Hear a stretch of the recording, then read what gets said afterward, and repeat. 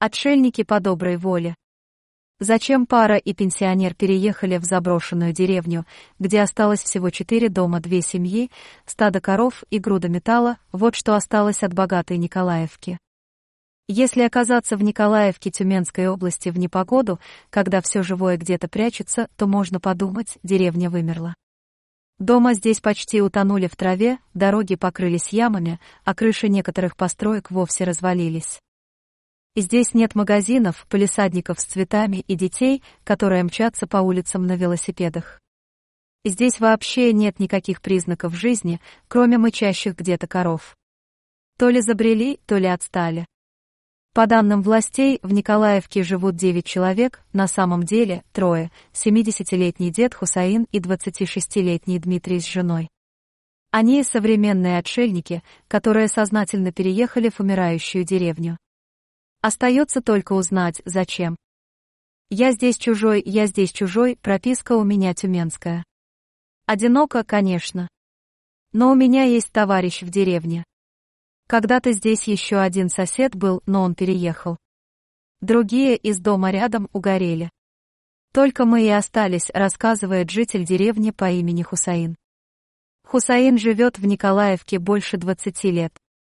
Сюда он переехал из Тюмени, так сложилась жизнь. Он работал трактористом, строителем и милиционером.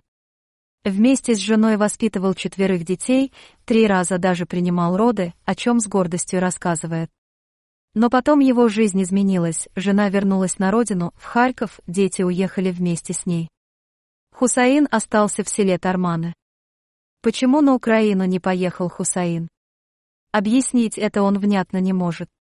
Только говорит, что скучает по дочерям и расстраивается, что потерял с ними связь. Через некоторое время после ухода жены с Хусаином случилось несчастье, его дом в Тарманах ограбили. Преступники вынесли все, что было нажито за годы. Жена забрала наших 4 детей и уехала. Я остался один. Хотя мы до сих пор не развелись. Лет 6 назад дочь старшая приезжала сюда, посидела со мной 10 минут. Она приехала дом продавать в Тарманах. А как его продашь без меня? Ну вот и все, рассказывает отшельник. Хусаин придумал, что ему нужно переехать в забытую глубинку, поселиться в разваленном доме и больше ни о чем не переживать. Сейчас его волнуют 2 вещи: как вовремя накормить собак и где найти как можно больше металла. Он на пенсии, а для подработки и забавы купил себе металлоискатель, найденное сдает за копейку. Кило железа стоит 12 рублей. Пенсия у меня маленькая, 13 тысяч. Стаж работы на Украине, 5 лет, не засчитали. Но мне одному-то хватает. На свою жизнь Хусаин не жалуется. Кажется, что он уже смирился с жизнью, говорит, незачем что-то менять. Выглядит он не здорово, на лице глубокие морщины, кожа желтится, а худоба выглядит неестественно. Внешний вид Хусаина отражает атмосферу в его доме, там все так же запущено. Внутри избушки пахнет грязью и сигаретами. Ковры стали черными, хозяин ходит по дому в ботинках. Печка давно развалилась и превратилась в склад мусора, плита покрылась салом и пылью, а соседняя комната стала будкой для 4 собак. Умывальника у Хусаина нет, а мыться он ходит в заброшенную баню соседа. О том, что сейчас происходит в мире, Хусаин не знает, ему не интересна тема спецоперации, даже взлетевшие цены на продукты его не волнуют. Он сокрушается только о том, что стало с когда-то большой и процветающей деревней. Вот смотрю я сейчас и вижу, вот дом был, вот там поляна. Ну а сейчас что? Уже привык на пустырь смотреть. Товарищ Ельцин уничтожил всю Россию. И дороги к ней угробил. Разруха, пустырь и мертвая тишина. Хусаин говорит, что когда-то рядом с Николаевкой находилась деревня Одина. А еще были церковь, клуб и больше 60 домов. Деревню он называет богатой, потому что продолжает находить здесь монеты елизаветинских времен. Но он не последний житель Николаевки. У него есть соседи, Дмитрий и его жена. Никому ничего не должен. Сам по себе мы у дома Дмитрия. Так он нам представляется, но на самом деле его зовут по-другому. Зачем он скрывает свое имя, нам неизвестно. Не Дмитрию 26 лет, в Николаевку он приехал с женой. Дом обшит утеплителем светло-желтого цвета, который покрылся дырками и смотрится неопрятно. Вокруг постройки разбросаны инструменты, тряпки и старая мебель. В окна избушки стучится высокая трава.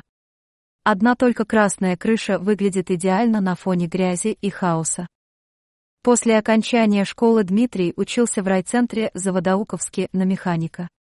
Потом некоторое время поработал в селе. Но быстро разочаровался в зарплате. В селах работы особенно нет. Или есть, но она низкооплачиваемая. Пытался работать механиком. Работать нужно было каждый день с 5 утра. Ни выходных, ни проходных не было. А зарплата всего 17 тысяч. Из-за этого люди бегут. А куда деваться? Это тяжелый физический труд, рассуждает про работу Дмитрий.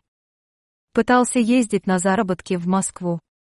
Там его с другом обманули, он переехал в Тюмень. Большие города, как оказалось позже, Дмитрию совсем не по душе. Тюмень просто муравейник из людей. В Николаевке другое дело. Здесь сейчас постоянно живут 2 дома. Дед 70 лет и мы. После череды неудач Дмитрий за 350 тысяч купил дом в Николаевке и организовал бизнес. У него с женой здесь мини-ферма, 29 коров и гуси.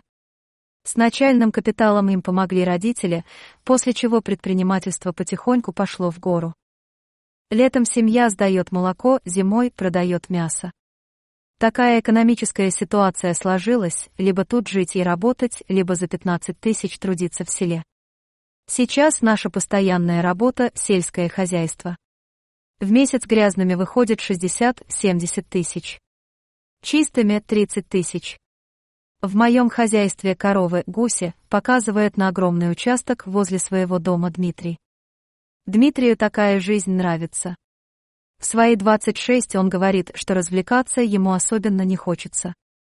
Отдыхом он называет прогулку в лес за ягодами или поездку в Заводоуковск, чтобы закупиться продуктами. На вопросы про новости и ситуацию в стране отвечает, что правительство он не выбирал. Телевизора и компьютера у семьи нет. Его больше увлекает суслик, на которого во время разговора смотрит собеседник. О чем мечтать Дмитрий не знает. Говорит, что даже не задумывался над этим, а планировать не привык. Одно он знает точно, из Николаевки нужно скорее выбираться поближе к цивилизации. Но сначала много работать, расширять хозяйство и налаживать производство. Этой деревни, вероятнее всего, скоро не станет. Судьба поселения в руках Дмитрия, который сам точно не решил, что делать со своей жизнью. Мы прощаемся с ним и еще раз объезжаем деревню. Позади остаются развалины и огромная куча железа. Еще через 500 метров Николаевка скрывается в траве.